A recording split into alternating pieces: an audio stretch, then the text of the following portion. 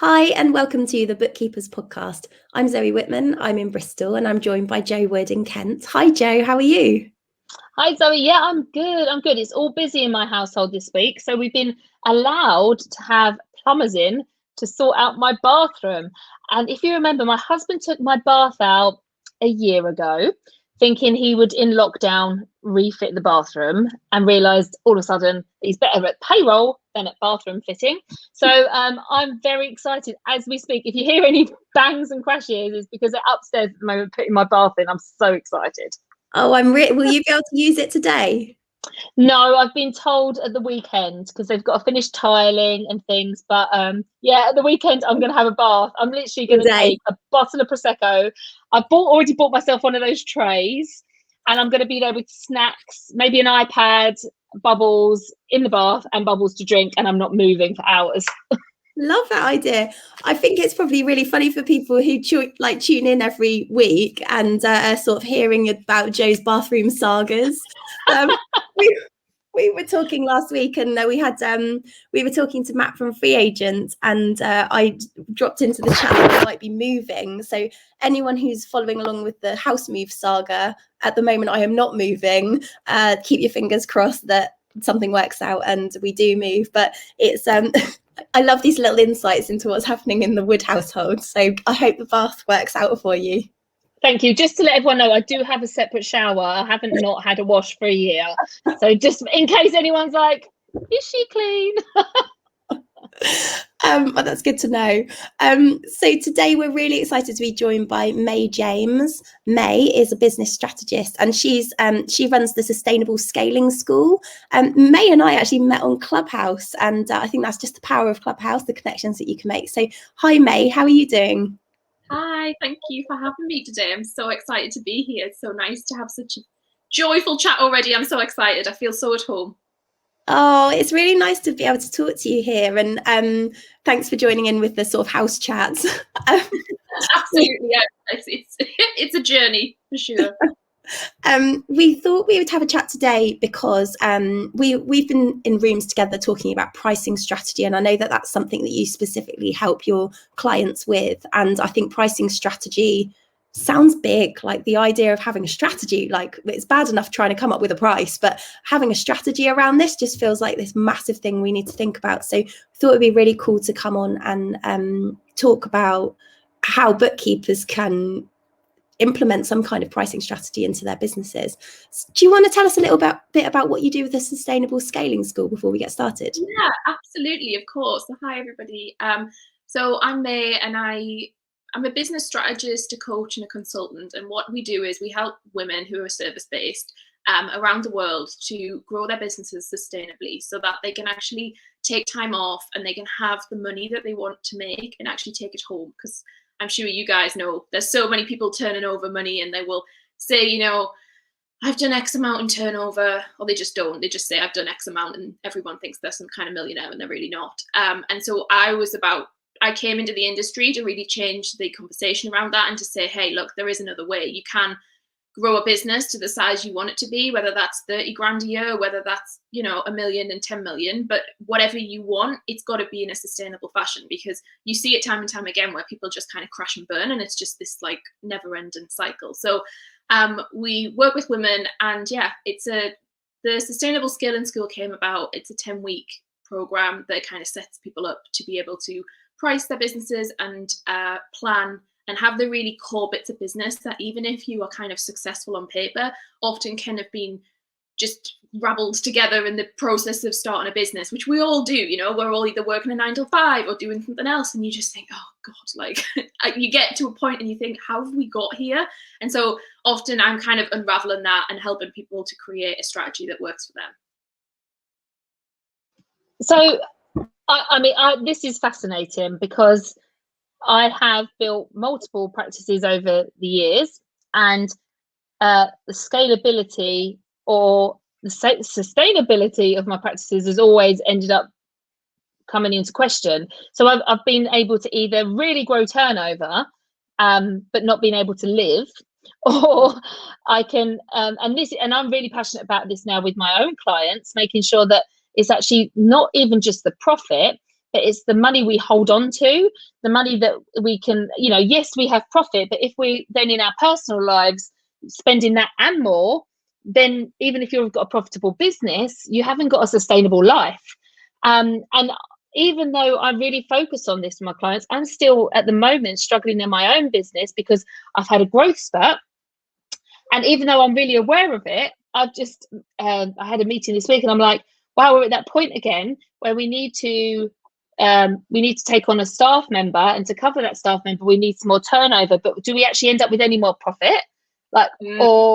And so I think this is a really important topic and something that's not really spoken about enough. Yeah, and I think that the thing is, it's like there's this difference between advice for people who are starting out, and that's necessary and that's needed, but there's a gap in the market where people get to a certain level of success that there's kind of no support. It's almost just as if we're all supposed to know what on earth's going on.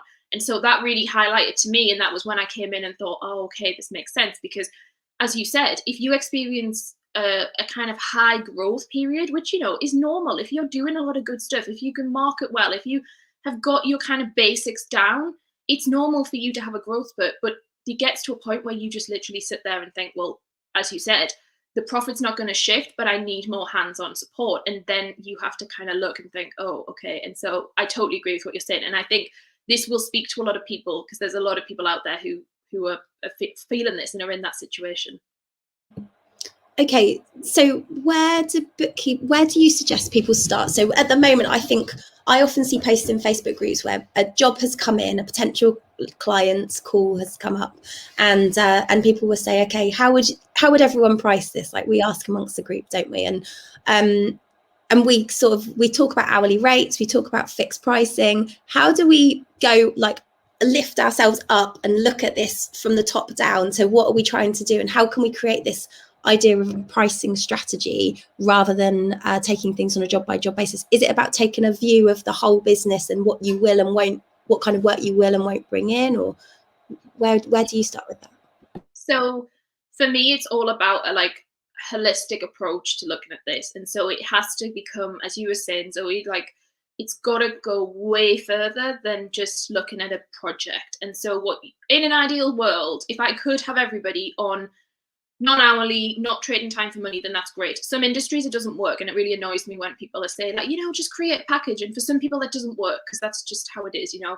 But if you can, then yes, not charging hourly is great. And the reason I'm against it, which people don't, is not what people necessarily think, is because I don't believe it's good for us as human beings to be charging hours, because we don't work in hours, and it doesn't, our mental capacity is not done in hours. It's not like we've got 10 hours of mental capacity, so let's just do that. It doesn't work. And so for the sake of everyone's sanity, it makes sense to provide an output for someone, and then for them to say, well, that's how much that is worth and the value. So in terms of practically, first of all, I take everybody out of their business, because it's not about you. It's got really very little to do with you as a person, as an individual.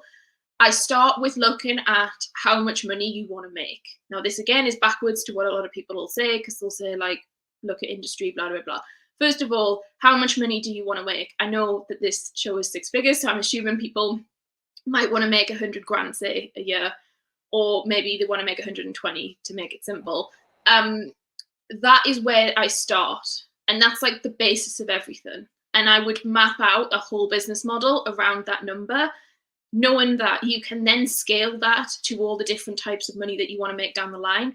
But that will give you a really solid base. And also really understanding for people that this is how much money do you want to turn over in your business, not taking home, not like, it's got to be really strategic, and you have to really look at it from a hard place. So the bit of pre-work before that will be probably, you know, looking into what does your dream life cost you? How much is all the things your kids need every month, or the club you want to send them to, or, you know, if you want to privately educate them, or whatever you want to do, you need to get that sorted. And for some people, that will be an exercise that takes, you know, 4 hours, and it can be fun, because you're like, okay, I want to have a cleaner. How much does that even cost? Or I want to drive X car. What does that mean? Some people are like, I want to do an extension on my house, but they don't know what that would cost. And so you can't plan for this unless you look further ahead. And some people find this weird, because they're like, well, I've asked you about pricing and you're now talking to me about like your dreams. And I'm like, yeah, but that's where we've got to go in order to get it right. And like so many times people want to just give a really simple formula and say, you know, just do this and charge that. And I really believe that if you want to create something that's going to stick in the sand, you've got to go that extra mile. And so once you have your number, then you can look at your capacity and what are you prepared to work for. So can you work 5 days a week? Are you working 3 days a week? Whatever. And you decide that. And then you can do a calculation of, you know, dividing how much you want to work by the amount of clients you can have. That will give you a number of some description. Now, it doesn't kind of start and end there because that doesn't provide you with everything you need, but it will give you a number. And for most people, that will be scary. So if you have 120,000 and you're like, I can only actually have a maximum of 10 clients, that might be that you have to charge them like £1,000 a month, and that might be like, whoa, well, that's not going to work. And there'll be a lot of mindset stuff comes up as well, and a lot of you kind of internalize an emotion. But that is a great starting point because it will show you how vastly different where you need to be to where you were right now. Charging hourly is going to get you. And if that number is so out of the ballpark, you know, you might be like, well, I can't charge that because normally they pay me £100 a month. Then there's different things you can do to make it so that it will work either way. Things like outsourcing, there's things you can add or take away from packages. But what I would encourage everyone to do is just start looking a bit broader and a bit bigger, and don't go down the route of industry and so charges this and someone's in my village and she charges that, because that doesn't serve anyone. And actually, if you price properly and you price for you, you're giving permission to other people to start charging correctly as well. So I'm sure we'll go into, you know, like how do you work out how much exactly is the value would be. But I just think it's important for people to understand that if your pricing strategy is not right, your whole business will struggle at some point, because your business will come to a bottleneck. And if your pricing's too low, there's always an issue, because it always comes down to, we want to scale, we can't scale, it's not happening. If we scale, then the profit's actually going to reduce for some people. Some people, their profit massively decreases when that happens. And I'm talking even on a big scale. Like some of my clients, you know, if someone's making 400 grand and wants to go for like 800 grand, if their pricing strategy is not right, that whole business can literally just fall apart because the moving parts don't work and the cash flow and things. So I'd really encourage everybody who's like, maybe this year is your year that you're like, I want to hit that 6-figure mark. I would endeavor to say to you, like, just take some time to focus on what is it that you're charging. And are you even charging what you want to charge? Are you just charging because like that was what they told you? Or in a Facebook group, someone said, well, I charge this. So they've been doing it for 5 years and I've been doing it for 6 months. So that means I've got to divide it by 3, and like, don't stress about it. And the biggest mistake I see, sorry, I know I'm going on for ages. Biggest mistake I see is people undercharging based on this idea of experience, which is a whole other conversation. And people thinking, you know, I've just started out, so I can't charge, or I can only charge like £2 an hour or something. And that's, even though they've had a career beforehand, just totally crazy to me. But yeah, that would be my first kind of initial standpoint. That is, wow, amazing, Ray. Absolutely amazing.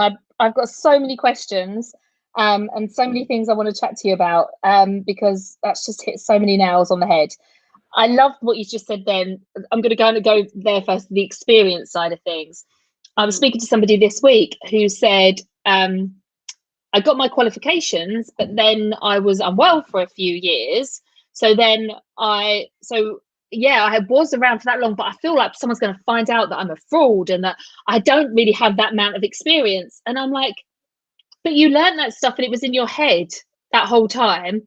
And you will be thinking about things in a different way when you watch telly or something will come up and you've learned that stuff. So you'll think of everything differently. And also you had a life before that and you went to work and you got experience actually, sometimes, you know what, people need experience, human being experience. They need to have just been around to understand how you talk to people, and, you know, and also your experience growing up, you'd have experienced different things. I completely agree. It really winds me up when some people just say, well, I've got no experience. And I'm like, but you've been alive. So you have got experience of some things. And and don't put yourself down. And obviously imposter syndrome is a huge thing that beats people up and stops them doing that. Going on to something else you said about the fact that when you're scaling, that sometimes you can lose money. And I've seen this so much. I've seen people like go for the next turnover and I'm like, but actually the profit's going to be less. What Do you want turnover? That's why they say turnover is vanity and profit sanity, because why are you going for that to earn less money? And I always believe, and I'd love to know your opinion on this. I've got this thought that there must always be a like sweet spot in every business, that it just is the right amount of turnover, the right amount of, you know, expenses that's going to be like the optimum profit center. Or is it a case that you can change structure along the, is there always that sweet spot, or is there lots of multiple sweet spots? You maybe just have to change the business and how it delivers things. You know, there's different ways of delivering on services. Does that make sense? Sorry, I'm rabbiting on. I'm very excited. No, of course it does. Yeah, it 100% does. And I definitely agree to a certain extent. There's a point where, you know, a lot of businesses can reach a point where it is their optimum level, because just because it means you can double your business doesn't mean you want to, and that's totally cool. So yeah, I agree. I think in terms of profit, there's definitely a point where you can put it on a graph and say, hey. However, I really do believe that for most businesses, there is a way that you can completely shift it if you want to scale it. But I think it's important to remember that most people don't. Like the majority of people watching this, I'm sure, although, you know, a multiple six-figure business sounds great, or a seven-figure business, most of them are probably thinking, I can't be bothered. I don't want that, you know? Like, I just want to be able to, like, go on a nice holiday, have some fun when we have a life again, you know, obviously COVID dependent. But I think remembering that you only need to work for what you want and not what everyone else wants is important, because you will end up building a business that you resent. And I've seen it time and time again. I've worked with people who feel utterly lost because they've grown this business because of the noise of social media and the noise of what everyone around them is saying, when actually all they wanted, and I say all, I don't mean that to downgrade it, but you know, they wanted a 60 grand a year turnover business that was life-changing to them, and they could have stuck with that and they hit that and they were really happy, and that everything else in the noise of the online world made them believe they should have had more. You do not have to. If you want to make 50 grand a year, go for it. Like, that is life-changing for so many people, and there's not enough discussion around this idea of 10k months mean absolutely nothing. Absolutely bottle. I'm sorry, I don't know if we can swear on this, so I'll try not to swear. But you know, I really think it's important to say to people that don't feel like you are not a businesswoman or you don't have a successful business just because you don't make turnover 10 grand a month. Like, it's absolutely Absolutely. Yeah. Do you know what? And that's exactly, so we called it, I set up this group before I'd even met Zoe. I wasn't running it very well. Zoe's definitely a brilliant attribute to my business at the beginning, because we was talking, we wanted to create a group, and I said, oh, I've got a group and it's called the Six Figure Bookkeepers Club. And she said, well, why don't we just use that then if it's already established? I went, yeah. I said, but I've put it out there as that because I want it to be an aspirational group, but I very much don't want it for people to believe they need to be a six figure. I believe that terminology, six figure, is like that place where you want to get to, but it doesn't have to mean that. It means that you can do the school run and you really want to, and you've been in a corporate job and you want to be there for the plays and the sports days, and for you that would mean everything. That to me is like that six figure feeling, but it doesn't necessarily mean that six figure business. So and I hope we get that across, and we try and say that all the time, that this is not about turnover. This is about that feeling, and you know that you've made it and you've got a business that is that you're running to your terms and your aspirations, and it's working for you. Because I've definitely been there. My biggest turnover that I've ever had, I was actually paying money into the business and made a loss. So turnover is nothing. Absolutely nothing. Now, a question I'd like to ask, because I'm in a business that has me, my sister, and my husband as the shareholders, and it's my name on the business, and I drive my business forward, and I'm the sales and marketing kind of behind the business. But we are all quite different. Now, obviously, me and my husband are quite similar, but we do have similar goals. But my sister's actually goals are very different to mine.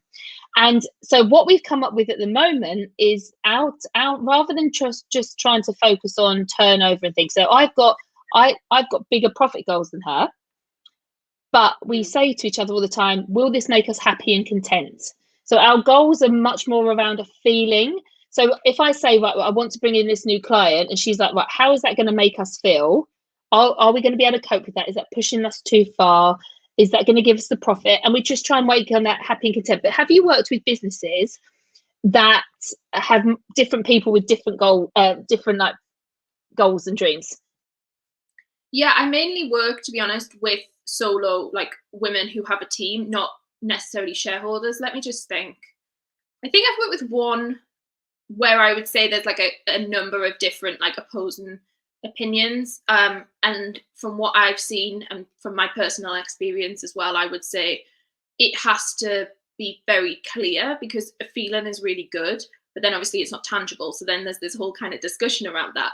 But I think if you can set out clear things for you individually, I think that's how it's worked best. So when in the past I've seen it work best is when somebody allocates like really clear responsibilities to each person for their part in that feeling of whatever, so that each person feels the feeling. Because I think sometimes it's then like, well, you felt that, but I didn't feel that. So how do we all know we're at the end point? Because some of you are backwards and forwards. Yeah. That's really interesting. And I'm going back to when you were talking about thinking about what you want to get out of the business. I completely agree with Joe. Like we went with the 6-figure name because we felt like it was really clear that we were trying to speak to aspirational bookkeepers, but that what you want from your business is, it can be whatever is right for you. And going back to the kind of vision part about, and we work with our bookkeepers on this, the whole first module of our 6-month success program is about thinking about your goals and your vision for the business, because we think it's so important. And we tell everyone, you have to start with this bit, because you've got to know why you're doing this. And I'd love to know more about how you break that down with people. Like, how do you start with that? Because it's really tough. Like if you just, I think a lot of people start their businesses, particularly as bookkeepers, as a side hustle. I certainly did. I was working as well, or around family, young children often. And you're kind of like, oh, well, I might be able to find a couple of clients and that will bring in a bit of money, but there's no real goal attached to that, or no, it's money. It's some extra money coming in without being able to allocate that money to something specific or be able to tie it to some particular life goal. So for someone who's new to this idea, because I think this is going to be new for a lot of people, where can they start with thinking about what that might look like for them? What would you suggest? Yeah, I think that's a great question. So one thing I like to do is remember that there's very different types of businesses, and you can choose whatever sort you want. So for instance, I have 2 businesses. One business, which is not this business, one business serves a purpose. It's very just practical, operational, serves like, it just does a job. I'm not particularly like that invested in it. I'm not particularly like, wow, like I love it. And I'm not really jazzed about it or anything, but it's great and it does a purpose, and that's fine. And I don't promote it. Nobody really knows about it. And I just have it ticking in the background. Great. This business, obviously I'm like visible and I'm really like bouncy, and I do it because I have such a strong vision and impact and kind of moral obligation to feel like I have to help people. And that's because I want to. And so that's great. Those 2 businesses and my 2 goals for them are very different. And that's what you need to look at in yourself. If you've got a side hustle, you want to say, right, is it a side hustle and does it want to stay like that? Fine, no problem. No worry with that. Absolutely cool. Do you want to create something that's a substantial full-time income where you feel like you're still a freelancer? So it's a very much, as you said, like money is the main part of the business and you kind of trade and maybe you do some volunteering work on the side. The other thing you then want to look at is, okay, maybe do you want to have a brand? Because a brand is a part of the business, but you don't necessarily have to have a brand, I would argue. Say a bookkeeper, you don't need to have a brand, really. You could just operate as yourself and, maybe have a little bit of a personal brand. But some people will say, no, I want to have a bookkeeping agency or business that is thriving in a message and we incorporate a culture for people. And you might be like, you're trying to make bookkeeping sexy, or you might be like, I want to make people actually not dread coming to me with all their receipts or something. So think about that. And then your other type would be, do you want to have some kind of like huge business and conglomerate that you want to like scale and be the next like massive thing? Obviously that one is less so normally, but even if you look at them from those perspectives, it's going to allow you to think differently, because I think very differently in my business, like this business, to what I do with my other one, because my other one's got it serves a different purpose. So for most people, it's going to either be they want to create something with a really meaningful message and impact, or they're kind of wanting to be a freelancer with a full-time wage. Either's perfectly good. I mean, they're all fine, but if that's the case, then you've got to look at two different mindsets. So if you're going for a business with a brand and a message and impact, you then need to think like a CEO. And I hate the word CEO because I feel like it's plastered all over as like, you know, boss babe and CEO and all that kind of stuff. But it is really important because at the end of the day, you can only build a business to the size that you're going to dream. And that's really important. People will pretend that they know what they want. Most of us don't, because we're not, it's knocked out of us as kids. Like, we're told, like, don't dream, don't think this, it's too big, like, who do you think you are, all that kind of mindset stuff. So I would really encourage you to take some time, and it might take a while. That's okay. Don't feel like you're some crazy person for not being able to dream. You might be like, I can't do it. And when you're thinking about it, it might feel a lot of resistance, and that's also normal. But if you can sit with those feelings and really tease out and think about the opportunities that you might want, it will allow you to create a vision for yourself and your business. And you can have two very different ones. And I think this is what some people try and put everything into one, and then it gets so overwhelming and they don't take any action because they're like, I want to change the world, I want to be this thing, I want to do that, and there's just too much. So I would really encourage you to like separate the two. What do you want to do as you, and what do you want your business to be, and what does it stand for, and the message and the values you hold?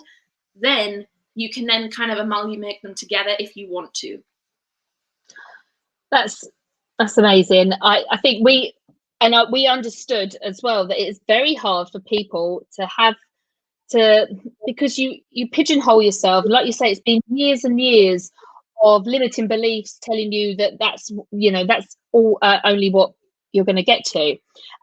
We do something at the beginning of the 6 month success program where I actually recorded a meditation, and it's about helping you and talking you through your most perfect day, and where you wake up in the morning. And I think this kind of helps because it's like you open your eyes and what do you see? What kind of the bedclothes are like? What do you feel when you step out of the bed? What's the room look like? And I found that easier for me to be in that rather than think, what do I want? So as I started walking through my perfect day, I realized I opened up like I had bedroom doors. I opened up to a little mini balcony, and then I was there and I could see woods, and I could hear a trickle of a little river. And I didn't know that that's the kind of things I wanted until I thought of it, and like how the air smelled, and there was a dog running around, and all these little things which wouldn't have been I wouldn't have thought of if I'd have sat down and gone, right, goals, what do I want? That would have never come out. And it was a kind of I don't know, it was kind of exciting, and I really enjoyed doing that and helping people do that. But I think, like you say, it is very hard. So don't think, oh wow, I don't know what my goals are, because most of us don't, and that's absolutely fine. And I love the fact you're talking about multiple businesses, because I've got 3 going at the moment, and I love the idea of you thinking about what each of them, the purposes are, how they make you feel, and what they want you to, because they are different and they've got a different energy, and yeah, we need to think about the goals that each of them want. Zoe, do you want to read out? We've got a comment, I think. Oh yeah, Laura's here. Laura Day Henderson's watching. She says, we should all be aiming to create 6 figures of our personal currency. And that might be pounds to some, but will be freedom, time freedom, financial freedom, or success, or happiness, or flexibility for most. We need some profit to achieve this, of course, but it's all about achieving 6 figures of this personal currency, whatever that currency might be to us. Absolutely, Laura. That is exactly what it is. And it's like, does this business work for you? We often talk about running a business on your terms. Like, this has to work for you. Otherwise, why are you doing it? But it is really easy to get swept away with other people on social media and comparisonitis, and thinking we need to do the same as other people, and that's the solution for us. But it isn't necessarily. And I really like the idea of getting back to this vision. And May, you alluded to having this kind of way of working out how you price based on, so knowing what that lifestyle is that you're looking for and how much that will actually cost you, and then working it back to what you need to be earning, and then tying your services back to that. This is really interesting. So we talked to, I'm thinking of Pete Scott, actually, Joe. Pete's a friend of the podcast, and he is a sales coach, and although he's probably got a better job title than that, and Pete always talks to us about thinking about what you want to charge or you need to charge, and then what does the service actually look like to be able to charge that amount of money rather than always thinking about an hourly rate, which I think is often a sort of a trap that we have as bookkeepers. May, so I think this hourly rate trap is tricky. And it is a mindset shift, and we need to get away from it. And part of the way to do that is to think about, why are we in business? What do we want? And how can we earn that? Like, what can we deliver that we're really good at, where we can really make a difference for our clients? But what do we do because I know a lot of us are going to come into contact with very budget conscious clients, people who want to work with us for free. How do we do that? How can we help those potential clients or those business owners without compromising our own success? Because I think this is a big challenge for a lot of our bookkeepers. Yeah, and this is big because I think, and I don't know, maybe you've had someone speak on this before, but this is if you ask someone to come and talk to you about how do you increase the price or the profit of a bookkeeper, they're going to say, create a big package and only work with 5 clients and charge them some X amount of money, and then you're going to have all your problems like drastically erased. It's like, great, okay, yeah, but for most people that's not going to happen. So I love this question, and I think it's important. What I would say is, number one, your client management has to be really, really good. So boundaries have got to be huge, and I know that that's not a direct into price, but it will do, because if they're charging a low amount, then they can't have loads of access to you. That's the top and bottom of it. Whether they want to or not, ain't happening. The numbers, yes, you can do. Everything else, the counselor, the kind of accountant almost, like, I think that's what I imagine you guys get.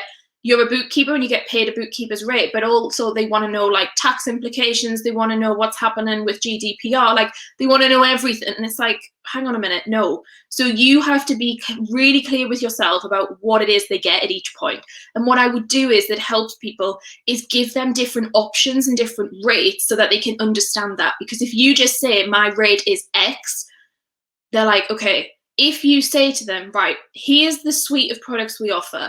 If you need the lowest one, that's fine. But the next one up provides X, Y, and Z. Because a lot of the times, what you do in your business, other people don't know, especially your customers. That's why they're coming to you. So if you tell them that, right, I think this is best for you, and they say, well, I can't actually afford that, I need something lower, you can say, okay, no problem. But you've got to be aware that this, and this isn't included. What mostly happens is people then go, oh, okay, yeah, no problem. And then they kind of just like do it anyway. And then there becomes a conversation 4 months down the line when the client is just pushing and pushing and pushing. So that would be my first thing. The second thing I would say is to niche in a way that is, get really clear on like one type of person you want to help, or maybe in an industry or a sector. I truly believe you can charge a hell of a lot more money if you are just focusing on one type of person. So I don't recommend this for all businesses, because for some businesses it doesn't work. But I think for bookkeepers, it would be very helpful for people to do. So this is scary and you're going to be like, oh, I don't want to do this. But I promise you, if you spend like a year focusing in on one group of people, like for instance, I'm just thinking, maybe you want to do equine, like maybe you want to do horses or, jockeys or something like that. If you specialize in that and you become the person for businesses who, earn up to, I don't know, maybe they earn up to £1 million, or maybe they earn up to £5 million, and you are that person, they will come to you and they'll be queuing at the door, because they always do. Everybody wants that person.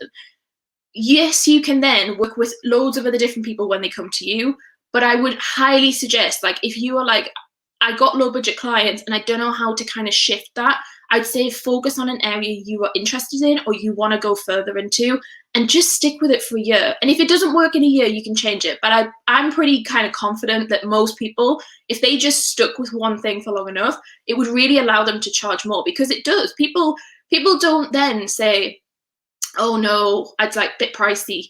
They go, oh, she's the one that does it for business coaches, or she's the one that does it for physiotherapists, and she's great and she knows all the things in the industry. Like, that would be appealing. And so you have to look at it from a customer perspective and take yourself out again. This is the whole thing. We all come back to this. It's all about me. It's all about me. It's not. It's about your customers and what do they perceive the value to be. The value is perceived when someone's a specialist. When someone comes on a podcast and you say, oh, they're a specialist in sales or they're a specialist in something, that's great. Like, I'm a pricing and strategy specialist. I help people to sell with ease. Now, I could technically come on and say, well, I've got a global fashion e-com, I've got this going on, I've got this, I do this. I used to be an ex-senior not-for-profit diversity inclusion leader. Like, I could come on and talk about loads of random stuff. It wouldn't sit with you guys and it wouldn't fit the mood. You have to decide to be one thing. And that means that you've got to get your self-confidence up and your self-worth, because a lot of people want to cast that net really far out so that they don't have to confidently stand in their zone of genius. And that can feel uncomfortable, and that's normal. So don't worry if you're hearing this and thinking, I do not want to commit to something. That's normally a sign that you need to commit to something, because you're kind of I love that. resistance. It's like that resistance. If the resistance comes up, then it's telling you something. Listen to it. Listen to it. Oh my goodness, that is amazing. And I think people worry because they think they've got to make that decision then and there exactly. And what I did is I decided on a type of client, but not an industry. I wanted to know, I wanted to help women that were really nervous and scared around their numbers, and that had been treated badly in the past and looked down on. And I knew I wanted to deal with those and I wanted to build confidence, but I didn't know who that would be until I was having waxing done one day, and she was speaking to me about her VAT return and how badly she'd been treated by an accountant. And I was like, oh my goodness, you're my ideal client. And now I am the go-to person in the beauty industry in a certain area. I've kind of got Facebook groups and things that, you know, I'm the go-to. Like today, the budget's going on now. My phone is pinging. I'm being asked by beauty therapists everywhere what is going on, and they want to know from me. But that was by accident. But what I decided on was the type, and also me and Zoe talk about in our program, we help you decide on your worst client. What was the experience you had from your worst client and why you don't want to feel that again? And sometimes people don't know what they want to feel. They only know what they don't want to feel. And sometimes that pushing away, if you could put in the opposites and make you feel happy and, you know, delighted when that phone rings, rather than, oh my God, it's that person, I don't want to speak to them. You don't want to feel that in your business. So sometimes a niche can be how the type of person you want to deal with, and then you can find that industry niche because you're drawn to a sector that actually that have got the people in it. And I just feel so lucky that I get to work. I get so many gorgeous presents. I got a box of cakes come through the post the other day just because, and I was like, oh my goodness, these people have not been they've not opened their doors for months. And she's thinking about me and my 11s. I mean, it was such a lovely feeling. And that's what happens when you get that ideal client. But also I want to say to people that sometimes I then come across online coaches, not all of them, but some of them that had the very same ideals and were very good online and very good visibly, but they felt like they were being frauds because they didn't understand their numbers. But they couldn't tell anybody that because I'm declaring these numbers, but what does it actually mean? And I found another sector. So you don't have to, you can have multiple, and it doesn't have to be just one person forever, but you just need to be really succinct with your messaging and what you're putting out there, because what you put out there, you'll attract back. Yeah, and I think it's just so, the idea of like selling one thing to one person at one time is just really critical. And if you, from a practical perspective, because I think it's important for people to be able to action something, I don't know what you guys do with marketing and how you suggest that they should market, but I would 100% say to you, if you get that niche thing down, get on LinkedIn and you will be able to fill your diary within like a month or so. If you get really specific and you say, helping X person to do X thing in this area, if you can be location, it's even better. Like if you can be location based, you can fill your diary easily. Like it shouldn't be a problem. You should end up with kind of too many customers and leads, because it's so, people get so responsive when they're called out, and you call them out really easily and just say, you know, beauty therapists in X place. Then they're like, oh yeah, that's me. Great, bingo, perfect. And that's how simple it can be. It doesn't need to be complicated. It is so simple. You're absolutely right. I mean, I've just spent the morning with the partners in our accountancy practice talking about marketing, and I came to the meeting with a piece of paper and I'd written down on it who and what. Like, who are we marketing to? What are we marketing to them? all of the rest, once you know that, you're good.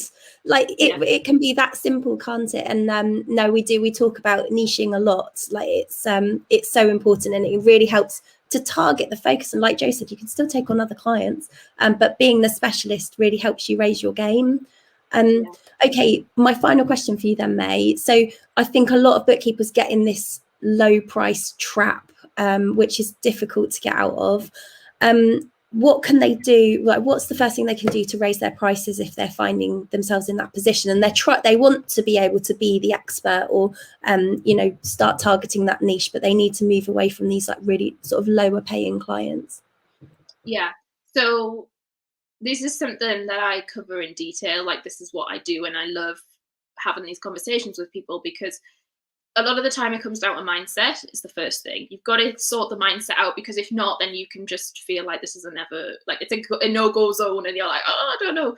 So first of all, kind of controversially, where can you just bin off some clients? Like, there's some people, let's be honest, we've got clients where you're like, do you really need them? Is that really serving you? Like, are they more hassle than it's worth? And I'm sure with bookkeepers, it's very easy to find them, because I can imagine, you might be really organized and you want organized clients. So what I would first do is come up with a profile of like, who's your customer? What do they look like? All of that bump. But I want you to look at like, who do you want and what do you want them to do? And not just characteristics, more like personality traits of how they act and how they respect you.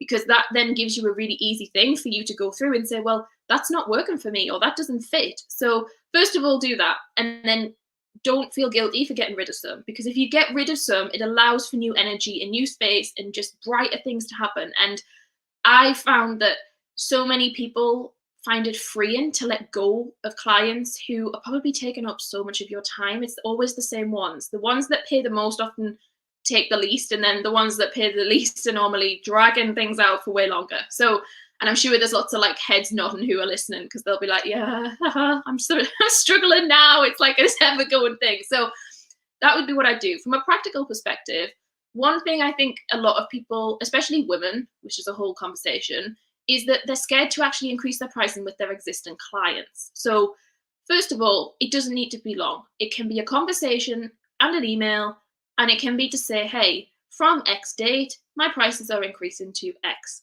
Now, what I would advise you to do is, instead of having to like not do anything for 5 years and then like double it or triple it, I would say regularly increase them in line with, how you feel comfortable and your growth. So if you're charging £20 an hour, put it up to £22 an hour. Like, do a slower gradual increase, providing you are already charging enough. If you already know that you're not charging enough, then you're going to have to just go cold turkey and go for it. And it'll be scary, but pull your big bill pants on and be like, I'm just going to do this. So if you need to double it, you double it. But providing you're kind of already at a decent rate, then you can do it incrementally if you want to do it like every 6 months, or there's no kind of set thing, but you'll feel it intuitively in your business. Please don't just like not do anything for 5 years and then have to do drastic action. The next thing I would say is be clear with them. Just be open and say, hey, this is the situation. And when you get a kickback, which I think is important to talk about because it actually happens a lot less than most people think. So what will happen is, say you've got 10 clients. I tend to find, and this is obviously just kind of from my experience and clients and things, I'd say around 7 of them will be like totally fine.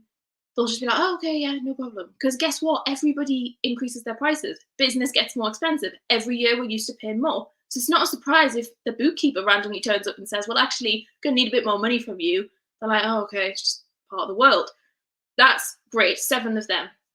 You might get 2 of them who are a bit like, a bit twisty, bit kind of like, oh, really? Why? Like, and that often has so much to do with their business and their insecurities. And they probably know they need up their pricing, but they're kind of scared. So there'll probably be 2 of them. And then you might get 1 who really kicks off, and you might be like, oh God, and there's somebody like ringing you and they're emailing and they're saying, like, this is disgraceful. I've been with you. That'll be a classic. It'll be like, I've been with you for 5 years. How dare you put my rate up? It's like, yeah, that's why we're putting it up. You've been here for 5 years, like, crack on. So I think you've got to be really brutal. And I say this because it's empowering to you. Like, don't make this a scary activity. It's like, no, I'm going to charge what I'm worth charging. And I say that I don't believe you can put a worth price on your worth, but I mean in terms of like your work and your time is worth some money, and don't undercharge yourself, because you're doing yourself a disservice, because it's not fair for you. And it's, people need to understand that money is important. We want to pretend it isn't, and it really is, and it's game changing, and it's power, and it's activism, and it's so important that more women have money and profit in the right places, because the world will be so much different the day that as women we can buy things that help other people. Because when you look at industry spending and you look at the world and what we've invested our money in, it's transformational, absolutely transformational. So I'd urge you all, if you need to increase your prices, like, even if you think you've got a great pricing strategy, go and increase your price by £1 an hour, please. If you charge by the hour, please go and do it, and just think, great, I've now got an extra like 200 quid to just like invest. Absolutely. An ISA or something, like do something with it. I love that, mate. I heard this week as well when somebody in the accountancy space, she said that she was going to double the prices of her tax returns. She said, I'm going to double all of them across the board. And she said, and I'm going to lose half of them, but then I'll be doing half of the work for the same money.